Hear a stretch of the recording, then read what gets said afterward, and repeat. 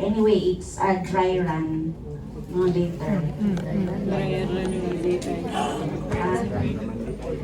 You will be graded. Basta, you will be graded. So, my topic is about comprehensive health history. So, this will be the outline. We will include discussion of the components and comprehensive health history rating scale. So I have two very simple cases here. First case is wala pa din kanina. JM, 25-year-old female, new employee in the MSF, comes in the clinic for the first time for pre-employment physical examination. What history taking should you make? Comprehensive or focused? Very good, comprehensive. What about the other case? I think you have a copy of my lecture na, no? A 65-year-old male, chronic smoker, comes in due to severe difficulty of breathing. Focused, very good. In cases of emergency, focused. Focus on the patient's complaint and do focused physical examination, and then manage your patient immediately to save your patient. And later on, if the patient is already stable, that's the time you go back to taking comprehensive history and PE, so that you will not miss any possible multiple diagnosis of the patient. So let's discuss comprehensive assessment. So in a comprehensive assessment, we do this if you have new patient. New patient as long as hindi toxic ang patient, no? New patient na hindi toxic. Better if we will better know our patient if we will do comprehensive assessment. And if you want to develop a personalized knowledge of the patient, so you have to know more about the patient's identifying data, personal and social history, risk factors, family history, so you have to do comprehensive assessment. And as a doctor, if you want to strengthen clinician-patient relationship, so you can do comprehensive assessment. Because not only that you will know more about your patient's medical condition, know more about your patient's chief complaint, but also you'll know more about your patient's personal history, personal and social history, family history, and even the past medical history of the patient. And if you want to identify or rule out physical causes related to patient's concerns, sometimes if we will just do focus assessment, so we cannot really identify what really is the patient's problem. So we have to do comprehensive assessment. And next is baseline for future assessment. So based on our case a while ago, a new employee of the MSF needs to have a baseline comprehensive assessment. Okay. And if you want to create a platform for health promotion, so if you do comprehensive assessment, you can you will know more about your patient's risk factors, and hence you can provide health promotion comprehensively also. For example, in the past history, patient is already known hypertensive, diabetic, and then with history of cancer or stroke. So based on the past history alone, you will know what are the possible risk factors of the patient. So another risk of stroke. No? So with that, you can better educate your patient.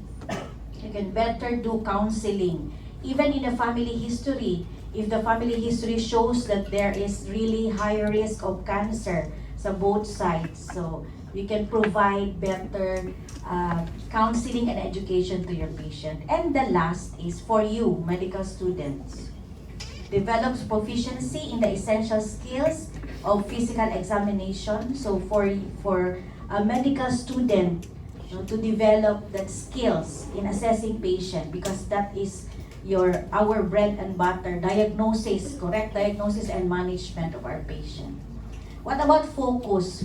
If you already have established patient, meaning that patient is already having continuity of care, with you as their doctor, so there is already a record of all the patient's medical condition, no risk factors. So that patient just went for a routine or urgent care visit, you can do focus assessment.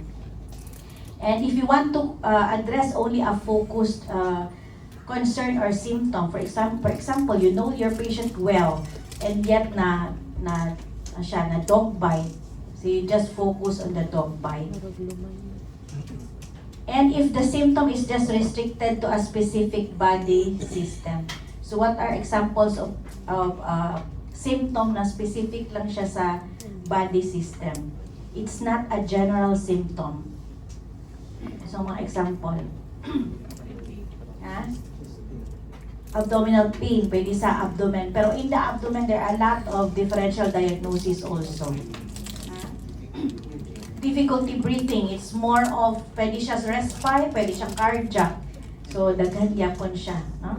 So better if you will but if that symptom is just restricted to a specific body system. For example, naa siya lesion. Naa siya lesion sa iyahang yes, no? So specific lang siya sa skin. So you have to examine the skin of your patient.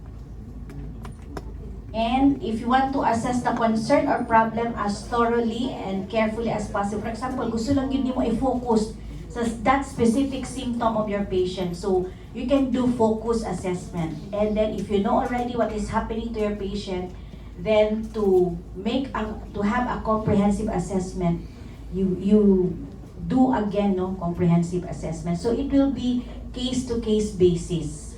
But as future doctors, whenever you will be exposed to, for example, sa SPMC, sa OSCE, or wherever nga na ay patient, as long as the case is not an emergency, better do comprehensive assessment so that you can develop your skills. You have given this time, 1 year of ASM2 to develop your skills.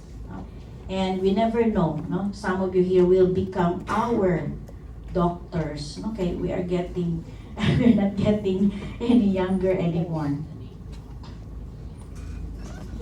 Masipasagdan mi ninyo. Okay, so let's now differentiate subjective versus objective data. So when we say subjective data, it is what the patient will tell us. So ang ilahang symptom are their complaints. For example, in this case, no? And where can we see that the subjective data? In the chief complaint and the review of systems. So example here, anyway, this is just a description of the chest pain, no? Mrs. G is a 54-year-old hairdresser who reports pressure over her left chest like an elephant sitting there, which goes into her left neck and arm. So based on this, the doctor cannot feel, no? But the patient describes that symptom, that chest pain. So this is what you call symptom. So for objective data, these are those data which are detected during the examination, our laboratory diagnostic workups, and the test data, and even our physical examination findings are objective data. These are also known as signs. Example here, Mrs. G is an older kanang makita man nimo, no, old na siya, overweight siya, and because you computed the BMI. How do we compute the BMI? Okay, weight in kilograms divided by height in meters squared. So what is a normal BMI for us Asian? 18.5 to 22.9 for us Asian. Pero if we follow the WHO guideline is 24.5 or 24.9. So, but however, in our wellness clinic in the hospital, so we follow the Asia Pacific because we are Asian. So here, overweight white female. So these are objective, what you see now when you are trying to examine the patient, who is pleasant, so the patient has good mood and cooperative. Height, we see it and we measure it, that is objective data. The weight, we also measure, that is objective data. BMI, we are computing it, so still objective data. Blood pressure, the vital signs are objective data. These are vital signs. What about urine output? Objective data. What about ABG result? Objective data. Okay? So those are examples of objective data. What we see when we examine our patient and our diagnostic workups. Okay, so now let's proceed to components of comprehensive health history. So let's have first the different components, and we will try to go through, discuss each. Identifying data. So in your textbook, ano lang siya, no? Dili siya, kanilang siya, age, gender, occupation, marital status. But we require you to ask the 6. What are the 6 objective data? Name, age, address, civil status, marital status, occupation, and religion. Okay, all of those you will ask later. So after the identifying data, chief complaint, present illness, past history, family history, personal and social history, and review of systems. From now on, class, program it in your mind. Kanang dapat systematic. Because it is part of the grading, no? You should be systematic in assessing, or in asking the questions to your patient. For example, you are still in the chief complaint. So dapat tanan na about chief complaint, the old arts, you will ask. And then before you proceed to the past history and the family history. But of course, if you will forget to ask an information and you will go back, yeah, it's okay to go back, pero dili naka-perfect sa imong sa kanang in sequence gid siya. Okay, so for the identity, we done already, no? So as a source of history, later you will also write. So this is your first time to write. This will be your first time later, not to write history of your patient. So after the identifying data, write also the source of history. So meaning patient, kay inyong preceptor ang mag-ask. Ang mag-answer. And you can also take note here as part of the, after the source of history is reliability. Okay? So for the reliability, it varies according to the patient's memory. So if the patient is already dementic, so hindi siya reliable. You have to ask somebody or the accompanying relative. It will also depend on the trust of your patient. So if the patient is fully trusting in you, patient will tell you everything. But if not, so mag-keep secret. Mood, if the patient is in good mood and able to cooperate, so mas maka-extract ka o good history, so your reliability will be higher. So how do we rate our reliability? We will give it in percent. 90%, 95%.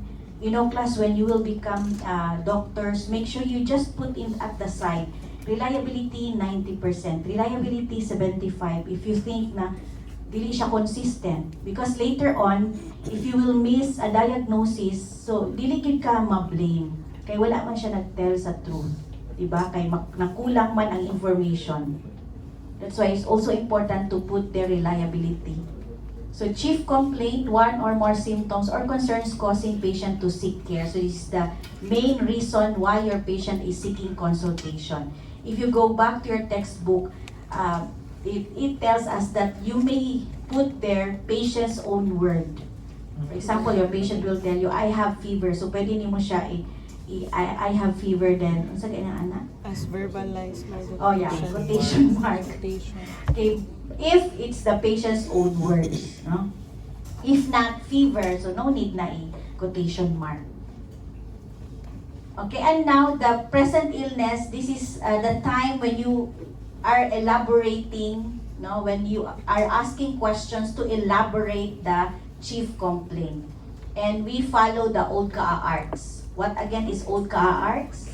I think I told you last time, no, and even the abdominal pain na how to ask abdominal pain. Abdominal pain ang case ata later, no? So O is onset. When did the abdominal pain start? Location. Where is the location? And then the radiation. I-follow yun niyo to siya. They did radiate to the other side of the other part of the body. Okay. of course, no, this time, since this is your first time, we will not be so strict. But we will try to see who are the best history takers and history writers here. Okay, next is also included in the present illness, but this is not being, not every time or all the time is being asked by the doctor, but this one is really very important, because if you ask the patient's thoughts, what the patient feels about the illness and what he think and feel about the illness, so sometimes you will extract that the patient is having emotionally critical misperception, na sila yung mga misperception sa illness. So remember class, the chief complaint is the main reason why your patient is seeking consultation. But the review of systems, if for example, fever ang chief complaint, no need na ninyo siya isulat sa review of system, ang fever. For example, naa siya associated symptom, fever, cough, and difficulty of breathing, no need na po ninyo siya isulat sa review of system. Review of system is the last part, no, of the Comprehensive Health Assessment, the ROS. So only those, very important po ang review of system as you try to go through the differential diagnosis to eliminate possible causes of the patient's illness. So what do you mean by pertinent positives and pertinent negatives? Lahi siya. When you say pertinent positive, naa sa patient, and naapagin na siya sa characteristics sa disease. For example, inyong patient may fever for 3 days and then few hours na siya epistaxis. Okay, pero wala kayo siya severe joint pains. Okay, and then ang imong pertinent negative there, so nag-iisip na ka basic dengue, no? So, ang pertinent negative ni mo is, pero dili po ko maka-rule out, basi po chikungunya, no? Kaya possible siya. Pero wala man siya joint pains. In chikungunya, almost the same with dengue. No? It's also caused by virus. Pero grabe, ma-admit ang patient not because of other symptom, but because of severe joint pains. So, ano siya? Negative. So, present sa patient, presence sa characteristics sa illness is pertinent positive. Pertinent negative is wala sa patient pero characteristic siya sa isa ka disease. So ma-rule out nimo siya. Okay? In the history of present illness, it may include also medications, allergies, tobacco use, and alcohol, but not all the time. For example, sa medication, pwede nimo siya isulat na, for example, ang complaint niya is headache.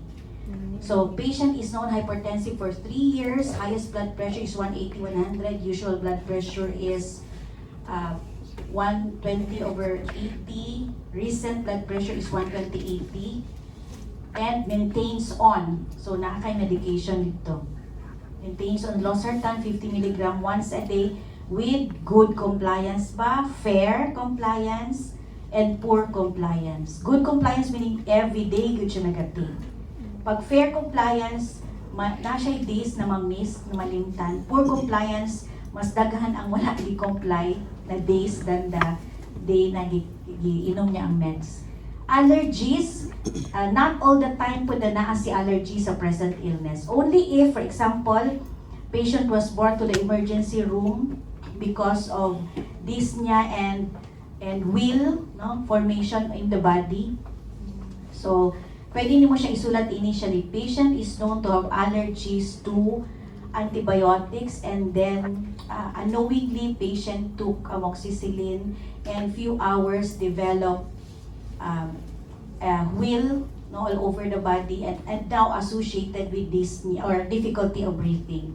So pwede mo siya isulat ang allergy as the first, no, para ma-aware ang doctor, naagi na siya yung allergy, and then naka-take siya og antibiotic na na-allergy siya. So the patient will be managed as acute hypersensitivity reaction secondary to antibiotic intake, no? Then, ang tobacco use and alcohol use only if, masulat lang po siya sa present illness, if related siya sa present condition sa patient. For example, grabe ang alcohol binge no, sa patient a night before, and patient is already chronic alcoholic. So, masulat mo siya. Patient is known to be chronic alcoholic for several years, had alcoholic binge drinking with friends, no, a night before, patient had alcoholic binge drinking with friends, and then several hours after, patient developed mga symptoms niya, no, tremors or ano ba siya, severe headache, no, depende. So pwede siya masulat sa chief complaint ay sa present illness. But if the allergy is already, for example, na ER siya 1 year ago, no, na-ER siya because of allergy. So, asa man mo siya isulat?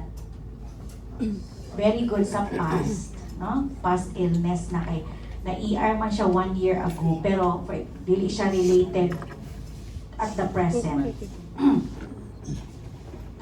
Okay? So, past history, it will include childhood illnesses, then a list of adult illnesses with dates. For example, childhood illnesses had history of varicella at 7 years old, no admission, no complication, patient was just given antiviral agent.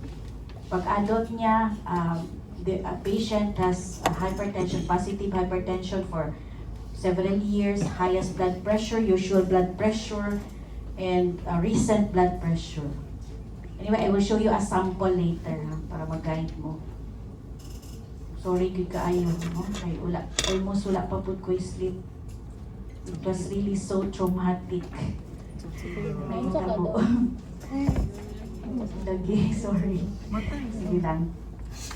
I-resuscitate pag ginako siya ba? Sa ano magudbi kay birthday sa akong anak. Itong 2, post birthday po karon sa another cousin. So, katong Saturday, nag-ato ni Buddha. Yung kayo, wala yung hospital, grabe yun. Nalagyan siya na safe. Yun lang. Sorry kayo. Sige, let's continue. Okay, sige, anyway. Sige, sa past illnesses, so medical history sa patient, surgical history, sa obstetrics and gynecologic, of course, kung female ang patient, no? Ano man, common sense. Psychiatric, this one class is quite sensitive to us, especially for us Asian, because we Asian is a stigma for us pag may depression, na schizophrenia, or na anxiety. Unlike the US and the first world countries na sila mismo ang doctor, I have depression, my symptoms are like this, no? And so for health maintenance practices, you can also ask this one later. I will show you the rating scale. Immunization, no? Since COVID, we have to ask the history of COVID vaccination. Plus flu vaccine yearly and pneumonia vaccine. Screening test, for example, na-screen siya for blood pressure, screening for blood sugar level, cholesterol screening. And if your patient will say yes, always ask when was that, what was the result. Kung ang result is may dyslipidemia siya, was there medications given, and mga lifestyle issues and home safety. This one, sedentary ba kayo ang lifestyle, wala exercise, what about the smoking, no, and the history. Pero ang smoking, pwede po na siya sa personal and social history later. And home safety for very young and very old patient. So family history, so this one will also outline the age and health of the family members. So for example, may hypertension, positive hypertension, diabetes, asthma. And then you document the age of diagnosis and kung asa siya na side, maternal or paternal side. Also included in the family history of cancer. Okay? And genetic diseases. So personal and social history, so this will describe the educational level, no, of the patient, the family of origin, the current household, personal interest, and lifestyle. So included in the lifestyle class, diet, no? History of exercise, no? Physical activity, and also smoking history, and alcohol drinking history. So for smoking history, when you write it already, you have to put there pack years. So how do you compute for pack years of smoking? For example, you ask your patient, do you smoke? Yes, doctor. So what will be your other questions to ask? How many years? Very good. And how many packs per day? In real, pila ba ka sticks in a pack? Yes, 20 sticks in a pack. Ano naman, smokers na din. So if you're going to compute for pack years, for example, nag-start siya smoke at 15 years old, no? And now your patient is already 45 years old. So ano na siya, no? 30. And yet, ang iyang per day niya is 10 sticks per day. So pila man ang iyang pack years? Yes, 0.5 times 30. So that is 15. So pag i-report ninyo, smoker, 15 pack years. Anak. Even sa inyong drinking, no, alcohol drinking history, if your patient will tell you, yes, I am drinking alcohol. So what will be your other questions? How many glasses? How many bottles? What type, yes, what type of alcohol, how many bottles. Kung type of alcohol niya is beer, di bottle. No, kung type of alcohol niya is wine, so dili pud bottle, no? Bottle to glass. Glass. To quantify, no? Dog. Dog. Yes. What Ay, ko if siya vape, dog? Ha? What if vape? Vape, wala siya, dili na to ma-quantify ang vape, no? Kaya dili man siya, wala pa siya nasulat sa mga libro. But you will just put there, vaping, no? Positive, patient is vaping, how many times in a day? Kapila ka charge. Charge volts. Okay, so How many watts? if you ask also about exercise, for example, yes doctor, I'm exercising, what form of exercise, how many times in a week, and how many minutes or how many hours during the session. Okay, so we're done with that. Let's proceed to physical exam. Anyway, class, physical examination comprehensive. You will do this towards the end. You will do everything, no? General survey, vital signs, and all, and even the bulk of your first sem is chest and lung examination and cardiovascular exam. And we also have the nervous system and a rectal examination for men, genital and rectal examination in women, and examination of special population. Okay, there is a very good diagram in your textbook here. So this is a comprehensive physical examination, and even you see there the positioning of your patient. Okay. So if you know this, you will comprehensively examine your patient already. And what are the 4 cardinal techniques of examination? Very good. Inspection, palpation, percussion, auscultation. So with inspection, it's just an observation using our eyes to observe, no, the physical appearance of the patient, the behavior, movement, such as facial expression, body habitus, conditioning, skin lesions, and pharyngeal color. If you examine the pharynx, no, erythematosia, pag siya pharyngitis, symmetry of the thorax, the height of jugular venous pulsation, abdominal contour, lower extremity edema, and gait. This we can see with inspection. With palpation, this is when we use our palmar fingers or the finger pads, and then we usually will not do like this, na straight when we palpate, straight kaayo. So make sure that the 3 fingers are slightly flexed. So slightly flexed when you palpate using the finger pads. So we palpate for the skin elevation, depression, warmth or temperature, tenderness. So you only report tenderness if you will ask if there is pain or no pain. How will you report tenderness kung dili nimo gi-ask? How? Painful. Look at your patient's grimace while you are palpating. If your patient will, so meaning may sakit, then of course be conscious with the patient's feelings. Pag in pain na, ayaw na palpate o deep, no? Do not do any more deep palpation. And even sa inspection class, for example, mag-inspection of neck, right side and then left side, i-diretso ang patient. Yes, ma-observe ginamo na sa ubang students, not all, no? Be conscious, lang, hold here and then inspect. Okay, next, po.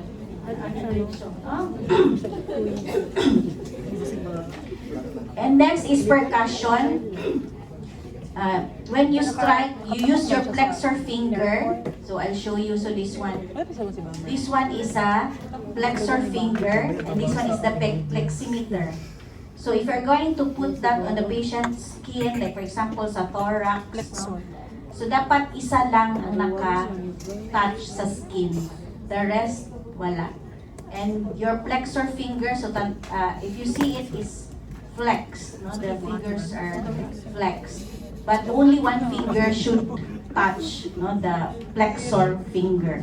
And a good percussion is when your wrist will move, flex and extend, no, ang wrist. Pero pag ana-ana siya, mali siya kay wala siya nag-move. Dapat flex ang inyong wrist.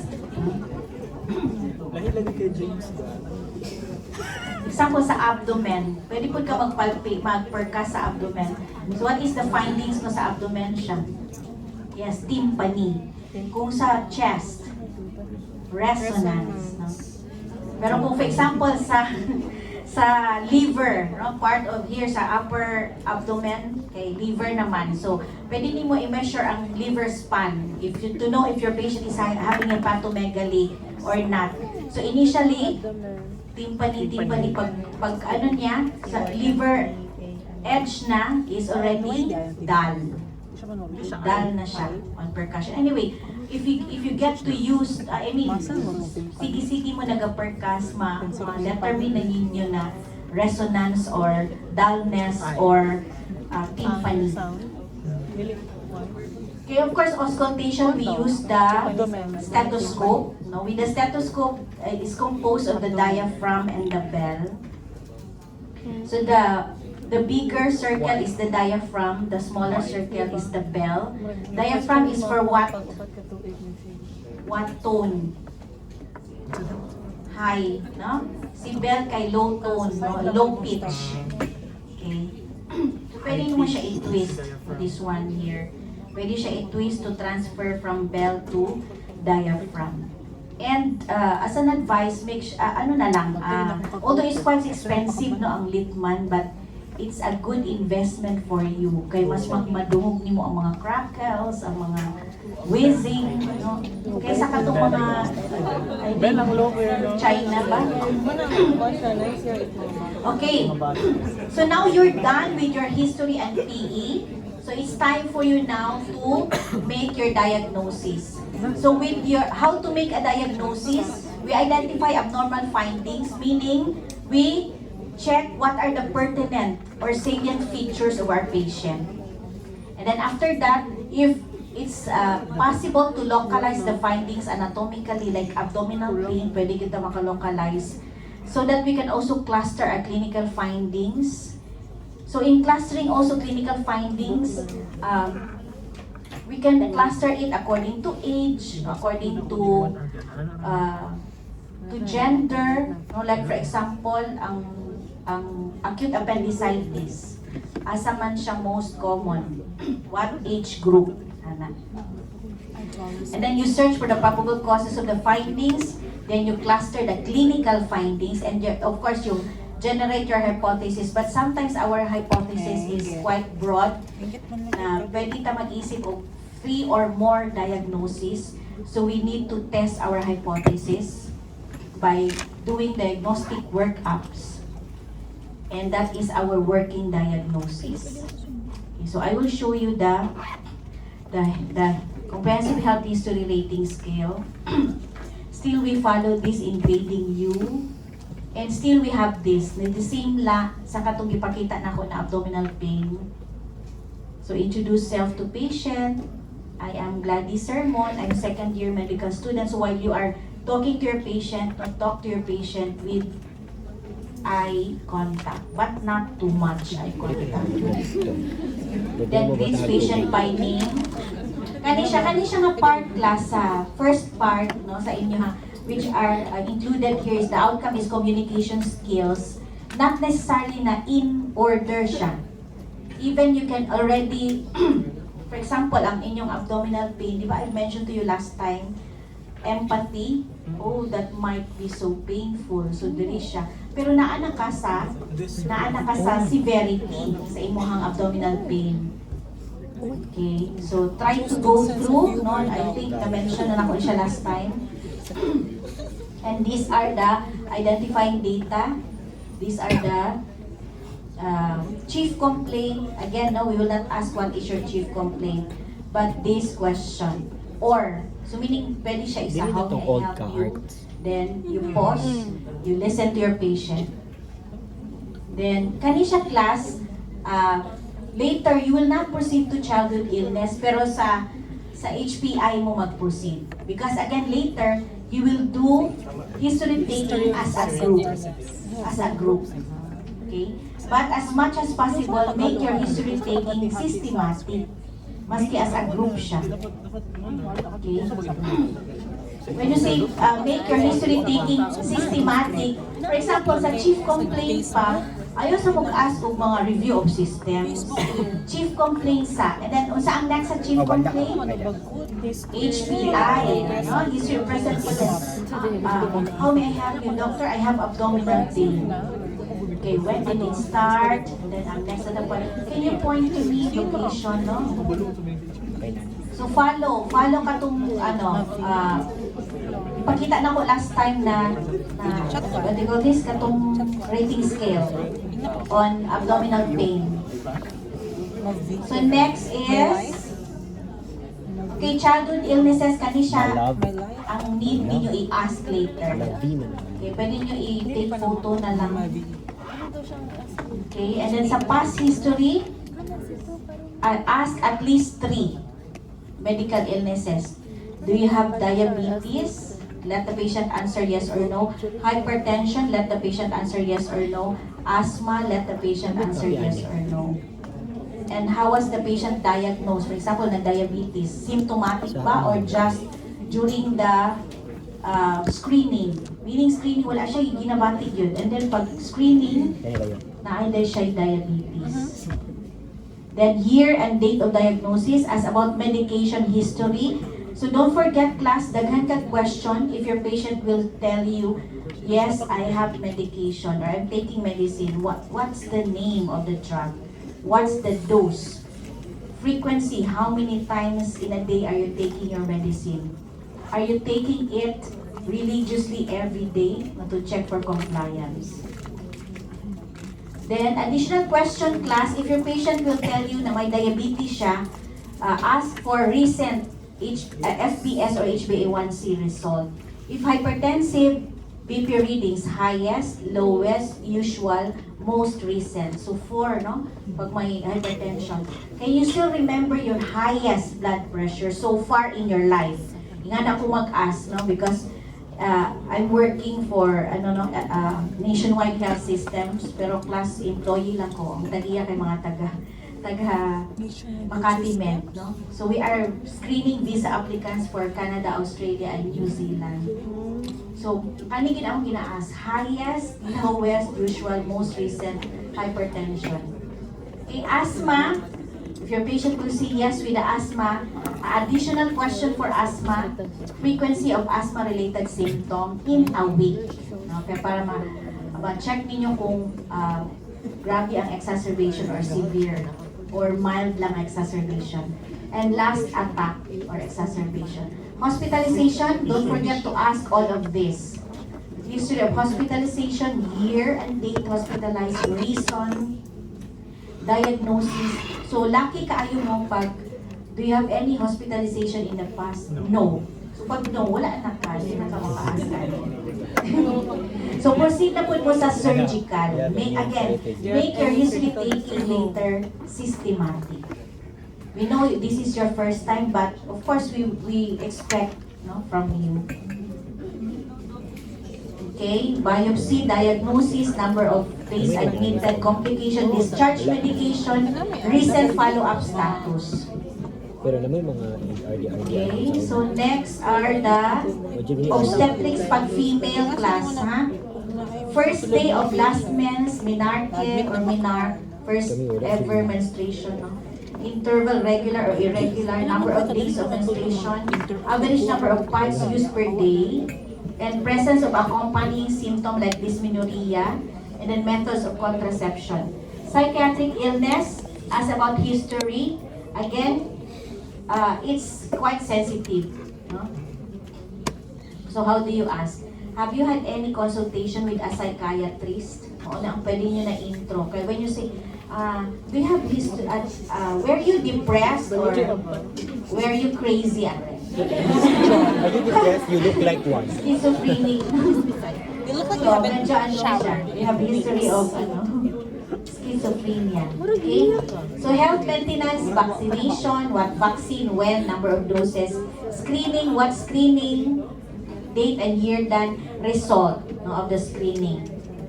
Other current medication, as about intake of non-prescription, mga vitamins, herbal medication, supplements, and allergies. Presence of food allergy, if yes, what specific food. Presence of drug allergy, if yes, what specific drug. As about symptoms during allergic reaction. And as about medications to relieve the condition.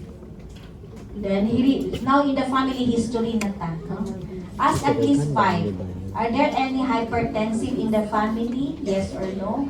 Coronary artery disease, elevated cholesterol level, stroke, diabetes, thyroid, at least 5, no? And then, maternal or paternal side. What age was the family member diagnosed? Is the family member still alive? What are the medications? Okay. Ask family history of cancer. Pagsulod sa imong patient. What side before makain. are the Mga 1 hour pa mo. family member with cancer still alive, and what are the medications? Person and social, ask about Ang mga lifestyle pasyente na of the naglinya sa gawas patient. mo. Tomorrow. Then diet, exercise. Then history of smoking. So, have you been smoking? Or do you smoke? That's how you ask it, no? Number of years and number of sticks or packs consumed per day. Alcohol. Ask about history of alcohol beverage intake, number of years, type of alcohol, frequency, and amount consumed per session. And last intake, when was the last time? Like a night before lang. Source No? of supply. Alternative healthcare practices. What are those alternative healthcare practices? Ask at least Wala 3. pa ma-fit up there. No? Do you go into yoga or meditation? Do you practice acupressure What's your or score? acupuncture, or do you take herbal supplements? Or have you had any sessions with a chiropractor? Are you? Then ask about patient's interest. Source of support. Kani siya kay social manina part, no? Coping styles, strength, and concerns. And the review of systems. Okay? Ask one symptom for each system, okay lang with us. So, again, review of system should also be systematic from head to toe. General first, then the head and neck, breast, respiratory, cardiovascular, GI, peripheral. Anyway, class, no? Better if you are going to ask review of systems, that can help you in your ruling out and ruling in of the diagnosis. Okay? Now, the last is history writing. Okay, why do we need to document? So that we have the black and white, no, na history from the patient, because sometimes we will forget if we have no documentation. And we can also go back no, as reference later on if you are already thinking of what is happening to our patient. So I will show you the history writing the pop sheet, no, kani siya later that you will fill in the patient's information, the one you got during the history taking. Okay. So here, don't forget the date and time, that's part, date and time. And then the name of the patient, age, gender, civil status, address, occupation, religion. So the 6 na identifying data. Then the source of history, patient, reliability, 90%. But I'm not really giving personally 100%. Basig di ay na-give na lintan. 98.5. Chief complaint, katong main reason ng patient. So if for example, abdominal pain. History of present illness, how do you write? Kay kani siya na part ang often, hindi ma-perfect sa students. How do you do the history taking? Make it chronological. From the first time the patient had the symptom up to the last. No? For example, I'll show you a sample later. Anyway. Then sa past history, so, pwede siya in bullet form. When you say bullet form, past history, hypertension, at age 35, on losartan 50 milligrams, highest BP, ana-ana, no? When you write it, highest, lowest, usual, recent. Family history, bulat yan po, no? Father had hypertension, diagnosed at age 50, ana-ana. Then personal and social, what should be the personal and social? Patient is an accountant, worked with a wife and 2 children. And then patient is not exercising and has sedentary lifestyle. Patient is non-smoker but occasional alcoholic beverage drinker. And what else? Patient's wife is the main source of support. Patient bonds with the family as a coping mechanism during the time of stress. And review of system. So I'll show you a sample. Ano siya class? So pregnant patient, ni siya na clinical history. Hindi lang ako isample ang abdominal pain kay perfect nagigaayon. So name, don't forget date and time. Even if you will be in the hospital, kaya mga clerks ba ang nagasulat sa history sheet yun sa patient. So nag-trust yun ang mga doctor sa inyo when you become 4th year. So date and time, then name, the identifying data. Source of history patient, reliability must be written in percentage, example 98. 95 lang din akong highest so far in my practice. Kani siya ang iyang complaint is painful urination. Or pwede pud ka, quotation mark, sakit, mag-ihi. Depende kung in Bisaya ang pag-tell sa patient. Then this is what I'm telling you. Dapat ang first line in the paragraph indented. And as you can see, 2 days, 1 day, few hours. So, different paragraph, different chronology.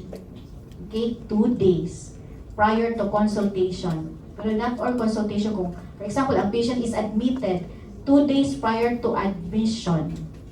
Patient experience urgency and frequency with dysuria. Sa history, sa class, since the clinical history is not intended for the patient anymore, but for us, no? Kaya the next day, lahi naman po ang duty para naatay, bagay, no? In trying to review the patient's history. So we can use our medical terms because it's intended for us. Kani siya, dili man ni siya, di siya layman. Urgency, frequency, dysuria. So, UTI kaayo no yung mga symptom. First paragraph pa lang. Characterized as light burning sensation. She increased her fluid intake as well as drinking coconut juice. No medications taken, no consultation done. Ana gyud class ha, pag 2 days wala gyud gibuhat, sulat gyud ninyo. No medications taken, no consultation done. Then, 1 day prior to consultation, still with dysuria, para naa siya continuity. No? Or still, for example, fever po diri, still with fever. 1 day prior to consultation, still with fever. Patient had right-sided flank pain with severity of 5/10 pain scale. This is accompanied by intermittent fever, so na siya associated symptom documented at 38.6 degrees Celsius and nausea but no vomiting. She self-medicated with paracetamol 500 milligrams. Kani siya class important if the medicine is prescribed by the doctor or self-medicated, which afforded temporary relief of fever. No consultation done. So pares kaya po no consultation done.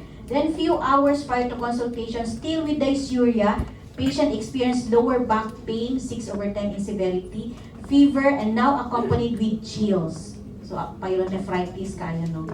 So that's the difference with UTI can be lower or upper. Pag upper UTI, so nakasali na naga-inflame and infected na part sa kidney, so pyelonephritis. In the guideline, fever gid ang iyang main difference sa acute cystitis. Sa cystitis na siya same urinary symptom but no fever. So kung makakita na kag fever, pyelonephritis na gyud no? Kaya lang buntis siya. So complicated. Acute complicated pyelonephritis. Few hours prior to consultation, still with dysuria, patient experienced lower back pain. Ang manali. Vomiting, no vomit. So nag-vomit na siya, no? No medications taken. Then make it a history na continuity. So persistence of symptoms prompted the patient to seek consultation. And patient was managed as a case of acute complicated pyelonephritis and was advised admission. Na siya, para na siya continuity. Okay? So next, kani siya ang sa past history. Example, childhood, adult illnesses, hospital. So i-ano po din yung class? Childhood, unsa to? Adult, hospitalization. Kadaghan yung hospitalization, no? Okay. Obstetrics, psychiatric. Kani siya kay lahi magud ang obstetrics history, no? Pag makaadto na mo sa pregnant history, kaya i-C below na lang. Pero dili dapat C below, ha? LMP, menarche, no? Ang number of pregnancies or the G, then the para number of deliveries. Then for example, anyway, dili pa man kayo strict about ano kay second sem pa ni. Psychiatric, so kanilang inyong i-answer. Vaccination, then pap smear is a screening, no? Included in the screening. Then wala na include ang obstetrics, no? Sa dili pa man ta mag-obstetrics. So but now you can include sa LMP lang, no? Katong ano lang, if female ang patient, you go back to the comprehensive health history. Ano siyang family history, and then the personal and social. And review of system, follow katong katong daghan kaayo, not this one, no? Okay, sa tong review of system na complicated. Kani. Okay? So question about history taking and writing. Yes. Hindi ata. Hindi, no notes. No notes and no gadgets, allowed. Pero you can have your blank paper. Magsulat man mo. Para mag-guide mo later sa inyong history writing. Yes.